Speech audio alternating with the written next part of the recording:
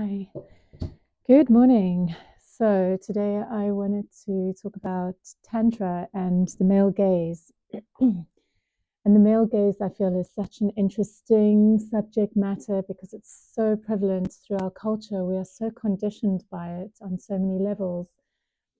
It comes from, there was a French psychoanalyst who first explored the concept of what the male gaze represented, and it was really prevalent in film, especially because filmmakers would use women as objects. They project their fantasies onto these women as a means of appealing to men, and it's what sold the films.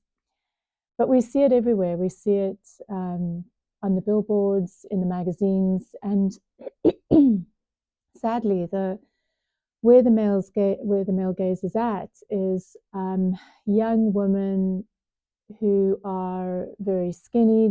Obviously, there's different variations of it, but sort of the more popular consensus around what is desirable and beautiful are sort of unachievable expectations around how a woman should look. And so it puts a lot of pressure on both men and women, especially around the concept of intimacy, because it doesn't allow for that true meeting to happen. So the reason why I wanted to explore this under the umbrella of Tantra is just because the idea of Tantra is, well, there's so many facets to it. Obviously it's not just about sexuality. It's about how we're opening to what is, how we're opening to the moment, how we are opening to life, to ourselves. And it's very hard to do this when we are so preconditioned by when we, especially as men. So this impacts both men and women, and I'll get to both of them. But I think starting with men and having worked with hundreds of men, I can really see how it's so easy for men to, and almost very difficult to really come into the body and have their experience with their sexuality. So their arousal is very orientated through the projection, through the mind, through the visual stimulation that's in the external. And it's very goal orientated. It's very focused on the object of desire or the fantasy in the head. And therefore, it's about having the orgasm. And when it's with a woman, potentially there's a predatory component to it. And so what's going on here is that there is a stuckness around the sexual energy. There's not enough awareness around the sexual energy. So in a way, men are a bitch to the external objectification of women, something that is desirable. So I am speaking about heterosexual men here. This doesn't it can apply to homosexual men, but in a different context. Obviously, it's not objectifying women, but there's other realms of fantasies that are incorporated here. But starting with heterosexual men, it's the exploration of how it is that you can become more aware of how you project your desire onto something in the external, your fantasy onto something in the external. So either through pornography or even just going into the mind and recalling something from your day that you experienced, and bang, you're aroused.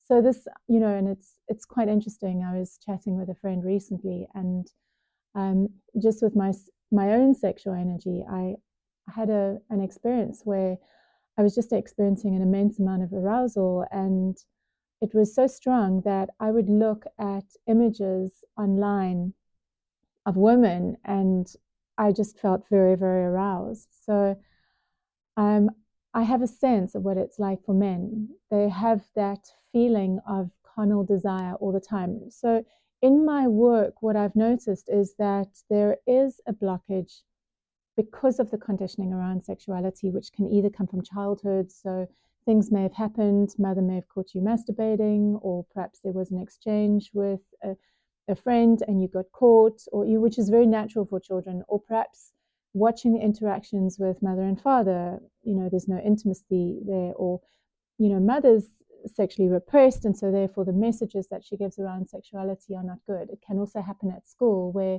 you're in the classroom and you get an erection, and there's a need to get rid of it. It's an urgency. So what these things do is they are creating a blockage in the base, sacral base area. Base meaning just above the reproductive organs, by the perineum and above the reproductive organs. This is where we have two chakras that are connected to our sexuality. And chakras are simply energetic points, energetic centers. And when we start working with Tantra, we become very aware of all of these energetic centers in our body, because these are the internal guiding forces that allow us to navigate this inner realm through our sexuality. And when this is blocked, it means that the energy has been held down. It cannot move up through the channel. And it means that there is an insatiable desire. The urges, the desire is so incredibly strong that it needs to be fulfilled all the time. And so this is why you have men that are masturbating all the time, or women complaining in their marriages that their partners, they just don't want to have sex anymore after a certain period of time, because that man is so connected to his objective, which is to have an orgasm, that he is unable to be present with the woman. So men, unfortunately, are at the wrath of this, because there's just gorgeous women everywhere. There's billboards everywhere. It's in the media. It's just everything is appealing to the male gaze, because it's how sex sells, basically. So the work here, and I use the word Tantra, because I think Tantra is misconstrued in the industry. People think it's about sexuality, but that's just an aspect of it. The sexuality is the first part of opening up to, it's the first step in opening up, opening to life, really, because it comes up through the base, through the sacral. And if there's a shutdown there, we really are shutting down our own life force energy moving up through us. So the work here is really starting to become conscious of your sexuality and your sexual energy. And there's some really good practices to help build this awareness. And through the process of building awareness, what starts happening is the nature of the sexual energy can start shifting, where you are no longer consumed by it, and where you start having power over it. So ideally, what we want to do is we want to dissolve. And when I say we, I mean you, men. You want to dissolve the guilt and the shame and the distortions that you hold around your sexuality. And so there's a deep inquiry into this, into going into what is my sexuality about? How do I see women? Do I objectify them? Am I able to really meet them? Am I intimidated by them? Is there fear of them? Do I play them? What is my perception of them? And obviously this has really been conditioned through your relationship with your mother or your sister, or friends at school. And it's deep work, and it's necessary work if you are wanting to experience a deeper level of intimacy with women, but also with yourself.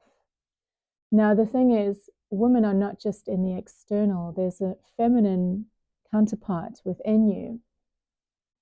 You have been conditioned by your mother and your father, the masculine and the feminine. So as long as patriarchy represses women, the feminine, and it's shifting, I do feel that there's so much more awareness around these injustices and these imbalances, and they're correcting themselves. And one of the turning points was definitely the Me Too movement, where women really started owning up to just how much it is that they'd been repressed and exploited and objectified.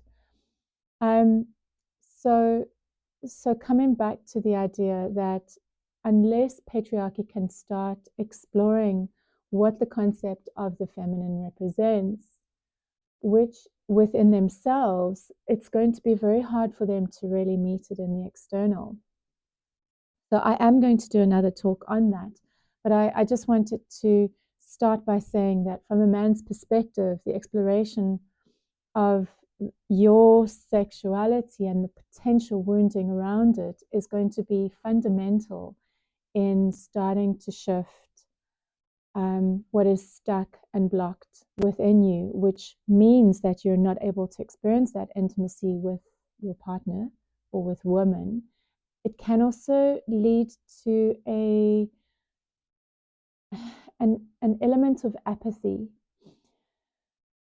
The idea is that you want to start bringing this energy up to the heart, because when it comes up to the heart, the tone of how it is that you're experiencing your reality shifts. It shifts from, just sort of moving through life, through the mind.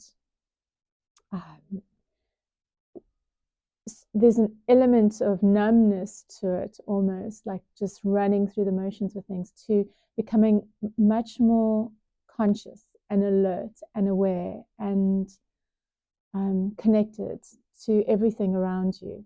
And that is why we want to do this work. So a lot of the men that come to work with me have reached a burnout. They feel numb with their lives. And that largely has to do with the fact that they are denying that feminine component within them. Okay, so then I want to get onto the topic of the male gaze and woman. And as a woman I'm in my 40s, I'm moving into my 50s soon. I'm going through perimenopause, and I'm starting to explore the changes and the nuances in my youthfulness. I'm getting older. I'm no longer sort of in that bracket of appealing to the male gaze as I used to. However, what is happening is there's a maturing happening for me as a woman, where that male gaze is no longer important. And it's a maturing that happens where we start accessing our own power as women, and we start connecting to what is really, really important for our lives. And through the journey of our lives, we get to this point where we start to realize that. So I'm not saying that it's older women that go through this process, and I'm not calling myself an old woman, but for younger women, generally, there is still that conditioning around, we're so sort of plugged in, and I am guilty of it, and it's just how I was raised as a young girl, and I think how a lot of young girls are raised. And don't get me wrong, there are some young women that are really beautifully raised, where the father was very present and the mother was very present, and really acknowledged them in a healthy way and allowed them to shape into a woman that is not, there's a fulfillment within them, and they're not needing that external validation from the male gaze to reinforce who they are. So the work for women is and there's a few themes around that. It's first of all understanding the conditioning how it is that we've been conditioned. And of course, there's so many layers to this. Some girls always want the bad boy, and and it depends on their relationship with their fathers. And then other girls have been very conditioned by their mothers to be the good girl, not to dress out of line, and to really be respectful. So there are layers to this, but the most important thing is most women have been conditioned to appeal to the male gaze. And that means that we are not in our power, and we are not aligned. And therefore, we are going to attract those counterparts that are chasing after purely us as objects. So the work here for us is to start working through the conditioning that we've experienced as young women, first of all, around our sexuality. Sadly, most women have experienced some form of misogyny, sexual abuse. So there's healing around that needs to happen first. And then from there, there's different themes that women have to explore and look at. And I think what I'm going to do is I'm going to go into a separate video around this, so that